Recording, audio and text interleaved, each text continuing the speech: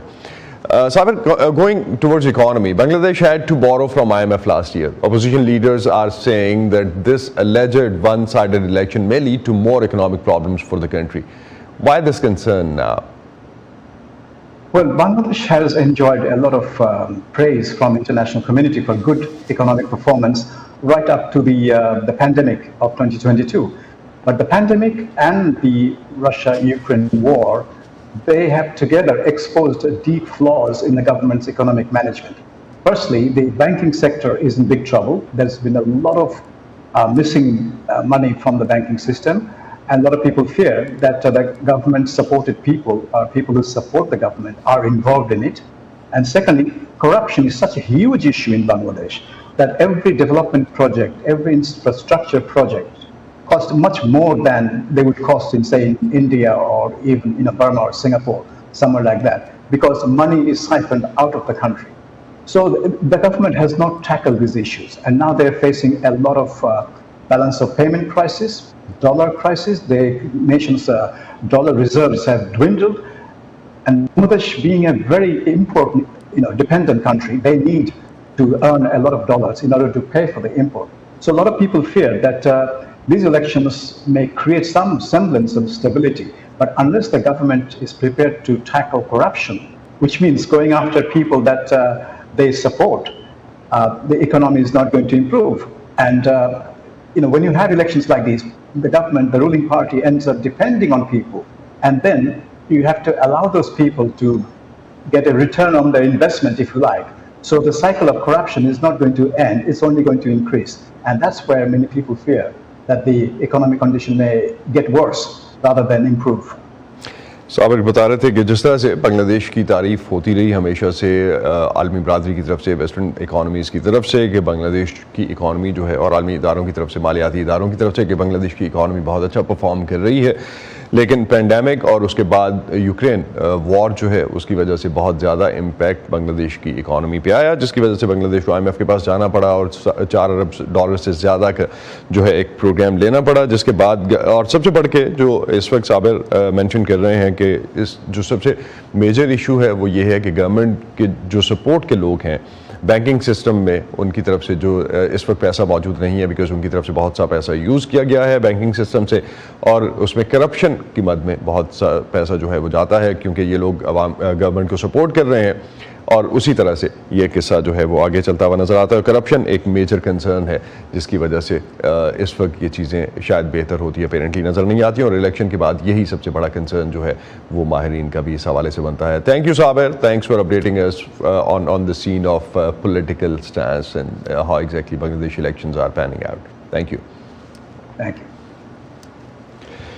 بنگلہ دیش کے سیاسی منظرنامے پر سب سے نمایاں نظر آنے والی رہنما شیخ حسینہ واجد نے اپنے طویل سیاسی کیریئر میں بہت سے اتار چڑھاؤ دیکھے. بنگلہ دیش سے باہر سیاسی پناہ لینے سے لے کر گرفتاریاں, مقدمات, قاتلانہ حملوں تک کا سامنا کیا.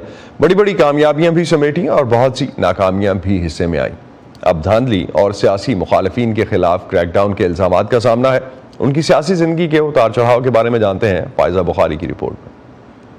76 سالہ شیخ حسینہ واجد 4 مرتبہ بنگلہ دیش کی وزیر اعظم رہ چکی ہیں. وہ بنگلہ دیش کے پہلے صدر شیخ مجیب الرحمان کی صاحبزادی ہیں اور 1981 سے بنگلہ دیش عوامی لیگ کی قیادت کر رہی ہیں. انہیں نہ صرف بنگلہ دیش بلکہ دنیا بھر کے کسی بھی ملک میں سب سے طویل مدت تک حکمرانی کرنے والی خاتون ہونے کا اعزاز حاصل ہے. فوربس میگزین اور کئی ادارے انہیں متعدد بار دنیا کی طاقتور ترین خواتین کی فہرست میں شامل کر چکے ہیں. بنگلہ دیش کی اپوزیشن نیشنلسٹ پارٹی یعنی BNP کی رہنما خالدہ ضیاء کو ان کی سب سے بڑی سیاسی حریف مانا جاتا ہے اور ان کے درمیان سیاسی دشمنی کو بیگمات کی جنگ بھی کہا جاتا ہے. گھر پر نظر بند خالدہ ضیاء بگڑتی صحت کی وجہ سے عملی سیاست سے باہر ہیں.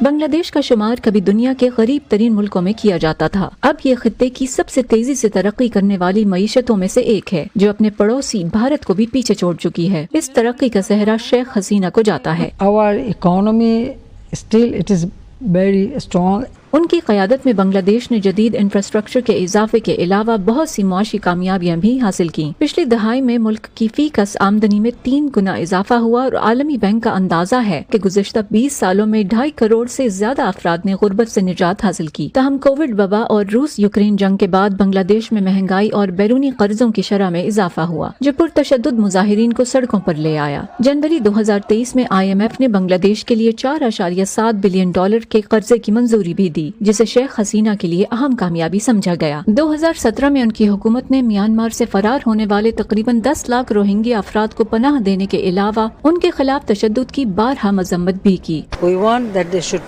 put more pressure to Myanmar government so that they take them back. Sheikh Hasina کے ان اقدامات کو بنگلہ دیشی عوام کے علاوہ عالمی سطح پر بھی سراہا گیا، مگر ان کے سیاسی ادوار کے دوران سیاسی گرفتاریوں، گمشدگیوں، قتل اور دیگر زیادتیوں میں اضافہ ریکارڈ کیا گیا۔ ہیومن رائٹس واچ نے حال ہی میں حزب اختلاف کے حامیوں کی گرفتاریوں کو حکومت کی طرف سے پرتشدد آمرانہ کریک ڈاؤن قرار دیا ہے۔ 2024 کے انتخابات سے قبل حزب اختلاف کی قیادت کرنے والی بنگلہ دیش نیشنلسٹ پارٹی اور دیگر اپوزیشن جماعتوں نے خدشہ ظاہر کیا تھا کہ عوامی لیگ شیخ حسینہ کو 5ویں مرتبہ برسر اقتدار لانے کے لیے دھاندلی کرے گی۔ اپوزیشن جماعتوں نے حسینہ واجد کے استعفے اور ایک غیر جانبدار عبوری حکومت کی نگرانی میں انتخابات کرانے کا مطالبہ کیا تھا، جسے حکومت کی جانب سے مسترد کر دیا گیا۔ اس پر اپوزیشن نے الیکشن کا بائیکاٹ کیا، لہذا بیلٹ پر صرف عوامی لیگ، اس کے اتحادی یا آزاد امیدوار موجود تھے۔ گزشتہ اکتوبر بنگلہ دیش میں امریکی سفیر پیٹر ہاس نے عوامی لیگ اور اپوزیشن کو بات چیت پر آمادہ کرنے کی کوشش کی، جسے شیخ حسینہ نے مسترد کر دیا تھا۔ پیٹر کے مطابق تشدد، لوگوں کو پرامن احتجاج اور انٹرنیٹ تک رسائی سے روکنا آزادانہ اور منصفانہ انتخابات کے انعقاد کی اہلیت پر سوالیہ نشان لگاتا ہے۔ ان کے اس بیان کے بعد مبینہ طور پر انہیں عوامی لیگ کے اراکین کی جانب سے بارہا جان سے مارنے کی دھمکیوں کا سامنا کرنا پڑا۔ 19 قاتلانہ حملوں میں بچ جانے والی شیخ حسینہ کو حالیہ برسوں میں بہت سے حکومت مخالف مظاہروں کا سامنا رہا ہے۔ کچھ ناقدین کہتے ہیں کہ آغاز میں بنگلہ دیش میں جمہوری نظام کی مضبوطی کے لیے مہم کا حصہ رہنے والی شیخ حسینہ اب خود ہی اس کا گلا گھونٹ رہی ہیں۔ I have already 116. Faiza Bukhari, voice of America, Washington. کل ہونے والے پارلیمانی انتخابات پر عام بنگلہ دیشیوں کی کیا رائے ہے، آئیے جانتے ہیں۔ حکومت نے اب تک جو بنیادی ڈھانچہ تیار کیا ہے اس سے ہم بہت خوش ہیں، لیکن روزمرہ کی ضرورت کی اشیاء کی قیمتیں بہت زیادہ ہیں۔ ہم روز کے اناج کا خرچہ اپنی تنخواہوں میں پورا نہیں کر سکتے، ہم ٹھیک سے نہیں کھا سکتے۔ مجھے امید ہے کہ اگلی حکومت اس کا خیال رکھے گی۔ اس وقت ہماری آمدنی بہت محدود ہے، ہر چیز کی قیمتیں بڑھنے سے ہم بمشکل زندہ رہ رہے ہیں۔ مجھے دال چاول خریدنے اور اپنے بچوں کے اخراجات کے درمیان توازن قائم کرنے میں مشکل ہوتی ہے۔ اس مخمصے کو حل نہیں کر سکتا، مجھے امید ہے کہ اسے حل کر لیا جائے گا۔ میں واقعی امید کرتی ہوں کہ تمام جماعتوں کو الیکشن میں حصہ لینا چاہیے تھا، تبھی ہم اسے منصفانہ انتخاب کہہ سکتے ہیں۔ اگر صرف 1 یا 2 جماعتیں الیکشن میں حصہ لیں تو انصاف پر سوالیہ نشان لگ سکتا ہے۔ اگر وہ روزمرہ کی ضرورت کی اشیاء کی بڑھتی ہوئی قیمتوں پر لگام ڈال سکتے ہیں تو مجھے کوئی اعتراض نہیں، چاہے یہ حکومت ہمیشہ کے لیے اقتدار پر بیٹھی رہے۔ مجھے نہیں لگتا کہ مستقبل کی کوئی بھی حکومت اب تک ملک میں جو ترقی ہوئی ہے اس کا مقابلہ کر سکتی ہے۔ بنگلہ دیش کی وزیراعظم شیخ حسینہ واجد پچھلے 15 سال سے اقتدار میں ہیں۔ ناقدین کی طرف سے انہیں اس وقت ملک میں جمہوریت کے لیے خطرہ قرار دیا جا رہا ہے، لیکن حسینہ کے ناقدین بھی تسلیم کرتے ہیں کہ انہوں نے بنیاد پرست اسلام کو روکا ہے، فوج پر سویلین بالادستی کو یقینی بنایا ہے اور ملک کو انتہائی غربت سے نکالا ہے۔ اب یہ کامیابیاں وہ ہیں جن کا دعویٰ بہت سے ترقی پذیر ممالک کے رہنما نہیں کر پائے۔ صبا شاہ خان نے واشنگٹن بیس تھنک ٹینک سٹمسن سینٹر کی صوفیا کیرسٹر سے پوچھا کہ اگر حسینہ چوتھی بار بھی جیت جاتی ہیں تو اس میں آخر حرج کیا ہے؟ So, since Prime Minister Sheikh Hasina came into office in 2009, she has overseen flawed elections in